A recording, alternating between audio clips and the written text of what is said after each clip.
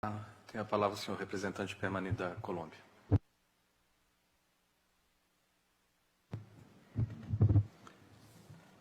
Señor presidente,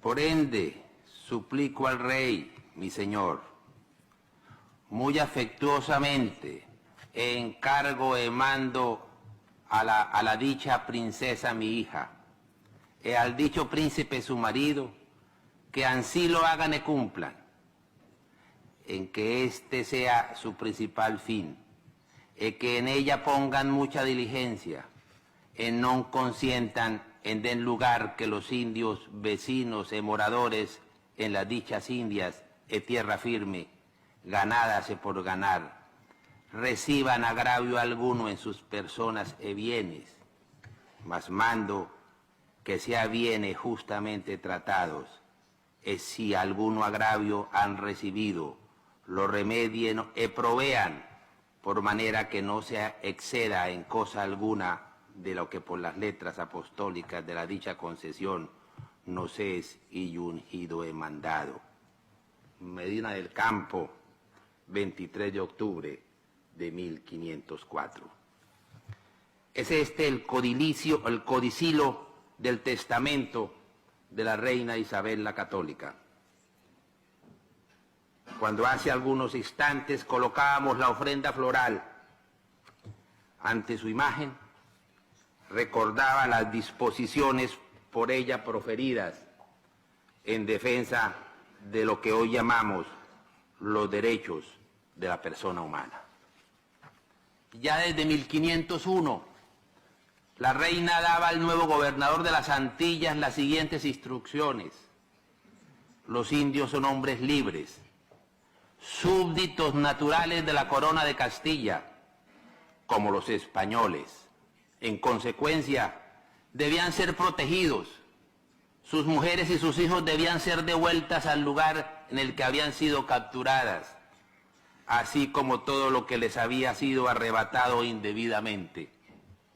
El tributo que se les podía exigir como a los demás súbditos de la corona debía fijarse de acuerdo con los caciques. Debía pagárseles el trabajo para que se les podía requerir entregándoles un salario razonable.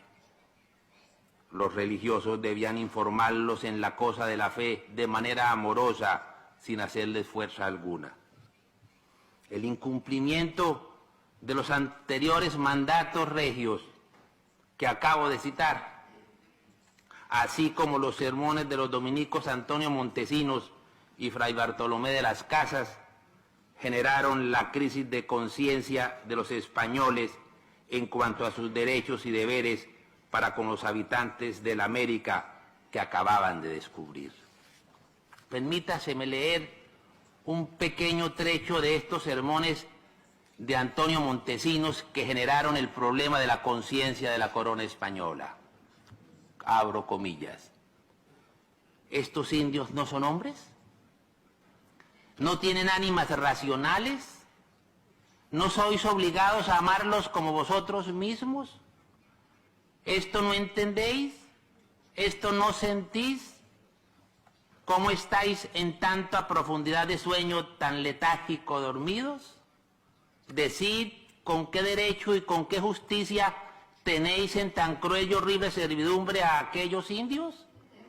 ¿Cómo los tenéis tan apresos y fatigados sin darles de comer ni curarlos en sus enfermedades? ¿Que de los excesivos trabajos que les dais incurren y se os mueren? Y por mejor decir, los matáis para sacar y adquirir oro cada día. Hasta aquí la cita. Esta crisis de conciencia, y cito a Jean Dumont, fue un hecho insólito nunca después repetido en la historia universal, que un emperador, el más poderoso del mundo, de antes y de ahora, paralizara la expansión de su imperio para suscitar un debate. Ese debate se resumía en la siguiente pregunta: ¿es conforme a la justicia hacer lo que estamos haciendo a los indios en el Nuevo Mundo? Nunca antes gobernante alguno se había planteado el interrogante si los vencidos tenían derechos. Nunca antes el poder político de quien conquistaba se había sometido a la moral. Para responder a este interrogante, el rey Carlos V convocó en 1550 lo que se ha conocido como la controversia de Valladolid, constituyéndose en el primer gran debate sobre los derechos humanos y sentando las bases de la práctica del derecho internacional. Fruto de la controversia en la que intervinieron los grandes juristas y teólogos de la época de la Escuela de Salamanca, como Domingo de Soto, Melchor Cano y Francisco de Vitoria, fue la conocida legislación indiana, que, como bien se ha dicho, fue un monumento imperecedero de sabiduría política. Nada semejante existe entre los ingleses y holandeses de esa misma época. En ella encontramos el derecho al trabajo, el derecho al descanso de cada día y de cada año, el derecho al salario conveniente, la instrucción cristiana, la protección a la mujer embarazada, el derecho a las vacaciones después de 5 meses de trabajo y la prohibición del trabajo a los niños menores de 14 años. El único trabajo que se les permitía era arrancar la mala hierba en la casa de sus padres, debiendo recibir el salario por ellos mismos. También limitó el trabajo en las minas a 9 meses al año, debiendo descansar los restantes 3 meses, y la jornada laboral de 8 horas de trabajo. Se reconocían derechos al consumidor, tipificando delitos de abuso en los abastos para impedir que los precios fueran aumentados arbitrariamente. La pena era el destierro y la pérdida de los bienes con los cuales se lucraba indebidamente, repartiéndose en partes para el denunciante y para los pobres del lugar. El que cobraba interés perdía lo que había prestado y otro tanto. Se creó un defensor de indígenas para hacer cumplir la ley y defender sus derechos. Es en esta figura que encontramos realmente la génesis de las defensorías del pueblo y de las procuradurías por la defensa de los derechos humanos. En tal legislación encontramos, sin duda, los gérmenes de la seguridad social.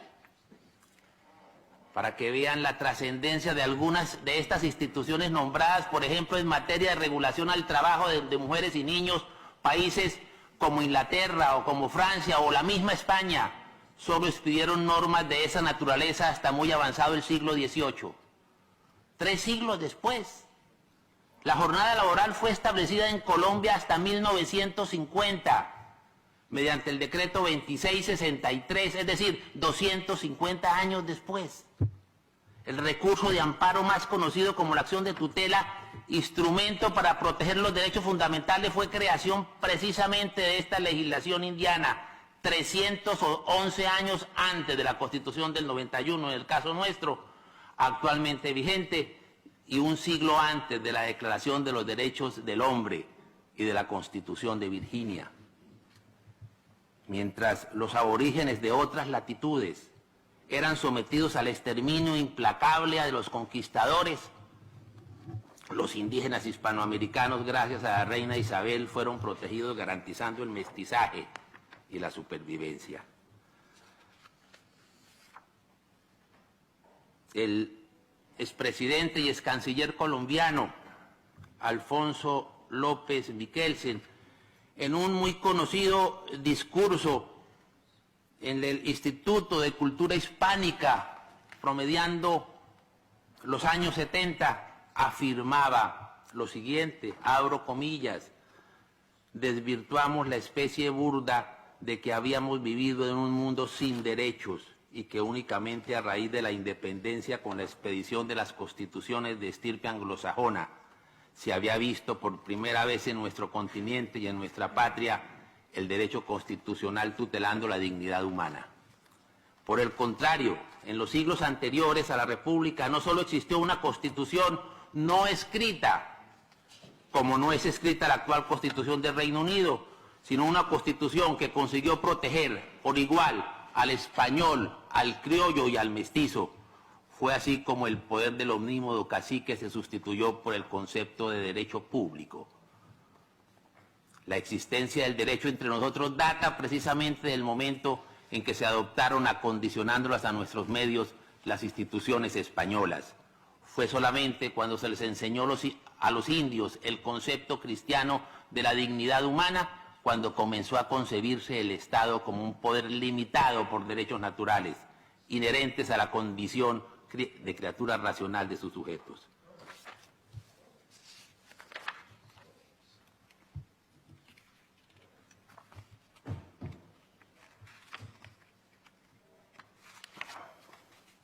No quiero terminar sin recordar algunos datos de la obra cultural de España en América. A lo largo de toda su geografía, fueron cientos de escuelas, colegios, universidades e imprentas, lo cual contradice todo el infundio sobre el oscurantismo medieval. 33 universidades se abrieron en la época española.